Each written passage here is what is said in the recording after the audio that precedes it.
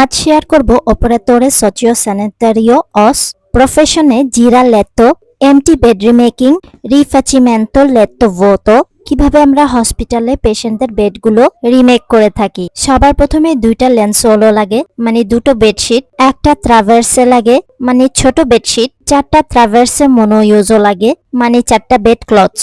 যখন জিরা লেত্তো কিংবা বেড গুছাবেন আপনার স্ক্যানা কিংবা কোমরের দিকে সবার আগে আপনার নিজের পিঠের দিকে খেয়াল রাখতে হবে যাতে কোনো রকম আপনি ব্যথা অনুভব না ফিল করেন। তাই বেডের সুইচটি টিপে অনেকটা উঁচু করে নেবেন, এতে বিছানা গুছাতে আপনার জন্য সহজ হবে।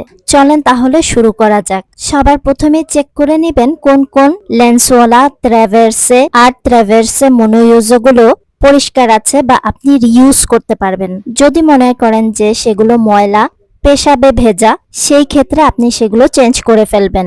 যেই বেডটা এখন আমি ঘুচাবো সেই বেডে একটু সমস্যা আছে, যার কারণে বেডটা কিন্তু উঁচু করতে পারিনি।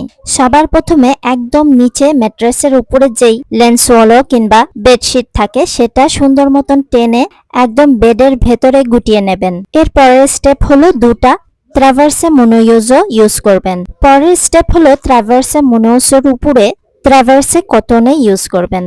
এখানে একটা পয়েন্ট খেয়াল রাখতে হবে, যেই পেশেন্টগুলো ক্যাথেটার ইউজ করে তাদের বেডে দুটো করে ট্রাভার্সে মনোইউজো ইউজ করতে হবে। যেই পেশেন্ট ক্যাথেটার ইউজ করে না তাদের বেডে চারটা করে ট্রাভার্সে মনোইউজো ইউজ করতে হবে।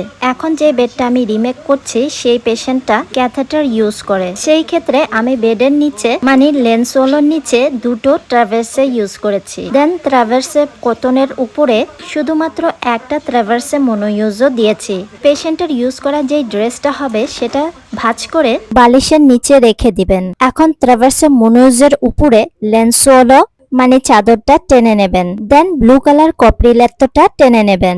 কপ্রিলেত্তটা লেন্সওয়ালার অর্ধেক মানে নিচের দিকে থাকবে। দেন নিচে যে লেন্সওয়ালাটা আছে সেটা টেনে কপ্রিলেত্তর অর্ধেক করে নেবেন, যেভাবে আমি করছি। গুছানো হলে বালিশটা জায়গা মতো পজিশনে রেখে দেবেন। বেডশিটটা রিমেক হয়ে গেলে বেডের স্পন্দিনিটা উঠিয়ে দেবেন। বেডগুলো রিমেক হয়ে গেলে সবশেষে বেডটা ব্লক করে দেবেন। আমাদের প্র্যাকটিক্যাল ক্লাসের সময় জিরালেত্তরটা 2-3 বার দেখানো হয়েছিল, তবে ইন্টার্নশিপের সময় এই প্র্যাকটিক্যালটা হসপিটালে প্রতিদিন করার ক্ষেত্রে আরো বেশি সুন্দর ক্লিয়ার হচ্ছে। নিজের হাতে প্র্যাকটিক্যাল না করলে আসলে কোনো কিছুই ক্লিয়ার বোঝা যায় না। জিরালেত্তর সময় আপনার সাথে যদি আপনার কলিগ থাকে সেই ক্ষেত্রে বেডটা ঘুচাতে অনেক সহজ হয়, খুব তাড়াতাড়ি হয়ে যায়। যখন একা জিরালেত্তো করেন তখন সেই ক্ষেত্রে কিছুটা সময় লেগে যায়। এভাবেই প্রতিদিন প্রায় 30টা পেশেন্টের বেড রিমেকিং করতে হয় নার্সিং হোমে কিংবা হসপিটালে। একজন অসের কাজ শুধু জিরালেত্তো বা বেড রিমেকিং করা না, আরো অনেক অনেক কাজ থাকে। পেশেন্টের সেবাগুলো কিভাবে দিয়ে থাকি সেটা না হয় অন্য ভিডিওতে শেয়ার করব। আজকের এমটি বেড রিমেকিং টিউটোরিয়ালটা কেমন লাগলো অবশ্যই কমেন্টস করে জানাবেন। সব পেশেন্টের রুমের ফাইনাল লুকটা হয় এরকম। আশা করছি আজকের টিউটোরিয়াল ভিডিওটা সবার উপকারে আসবে। সবাই ভালো, সুস্থ আর নিরাপদে থাকবেন। আবারও অন্য কোনো টিউটোরিয়াল নিয়ে চলে আসবো আপনাদের মাঝে। টিল দেন, আল্লাহ হাফেজ, আসসালামু আলাইকুম। Thanks for watching.